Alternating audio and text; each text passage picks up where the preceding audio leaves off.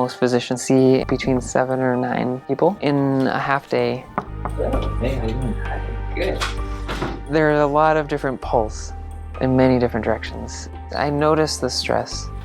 That's when UW Health Dr. Vinny Minicchiello puts his mindfulness training into practice. Sometimes my heart is beating really fast, and when I'm able to pause in that moment, maybe take a breath, that stress seems to dissipate. In medical school, Dr. Vinny discovered a course on mindfulness-based stress reduction. What I noticed most was that my relationship to stressful situations shifted. I was able to sort of let go. Let it be there for what it is, but not get drawn into it quite as much. Why is it that certain people are more vulnerable to life's slings and arrows, and why are other people more resilient? And how can we promote increased resilience, to promote increased well-being? It's the question that inspired Dr. Richard Davidson to create the Center for Healthy Minds, a UW-Madison research institution exploring the connection between meditation, mindfulness, health, and well-being. The scientific evidence leads us to the inevitable conclusion that well-being can actually be learned.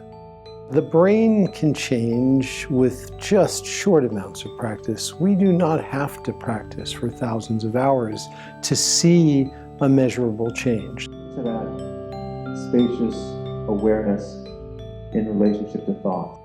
One study conducted by the center found that 30 minutes of meditation a day for just 2 weeks strengthened connections in the brain involving positive emotion. It suggests that we can voluntarily bring a certain kind of positive emotion and have it more available in everyday experience. With this repetitive training of our brains, gradually there are changes that happen, and you start to notice these ability to work with stress. There is a lot of really great research and mindfulness helping improve clinical practice. That's why Dr. Vinny leads a mindfulness program for first-year family medicine residents. If you feel comfortable, you can close your eyes if you want. And he also teaches mindfulness to interested patients. How do we bring some awareness to what they're experiencing? Without that awareness, it's very hard to have shifts in a healthier direction. We've become real activists in promoting scientifically based strategies for cultivating well-being in the real world. We believe very, very strongly that the kind of mental practices that we're talking about are not a luxury. They are a necessity. Have you guys meditated before?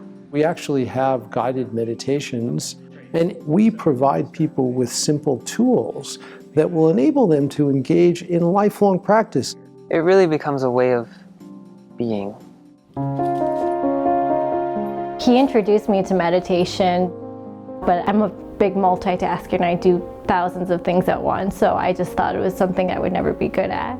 It may be possible to achieve the same benefits without actually sitting down and formally practicing at all. One of the things we're exploring is whether it's possible to piggyback these practices onto an activity of daily living, commuting, washing the dishes, doing the laundry. For example, when I'm waiting for the computer to load, I might take a breath, just a conscious, intentional breath.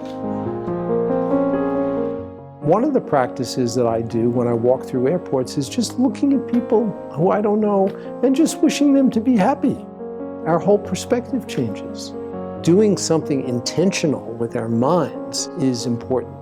Promoting those positive qualities will enable people to show up in a more authentic way.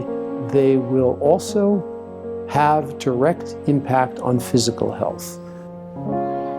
When we decided to start having kids, I kind of did a 180 in my mind. I'm a very type A personality. I'm very organized and very scheduled, and this whole pregnancy process has been anything but. They decided to try a UW class on mindfulness-based childbirth and parenting. We practice together. We've been doing body scans. We've been doing some breath practices together. some loving kindness meditations. This is honestly probably the first time in my life where I've told myself to pause. I think I'm a lot more calm now. Our brains are constantly being shaped. We can actually change our brains intentionally, from greed to kindness, from anxiety to equanimity, from selfishness to generosity.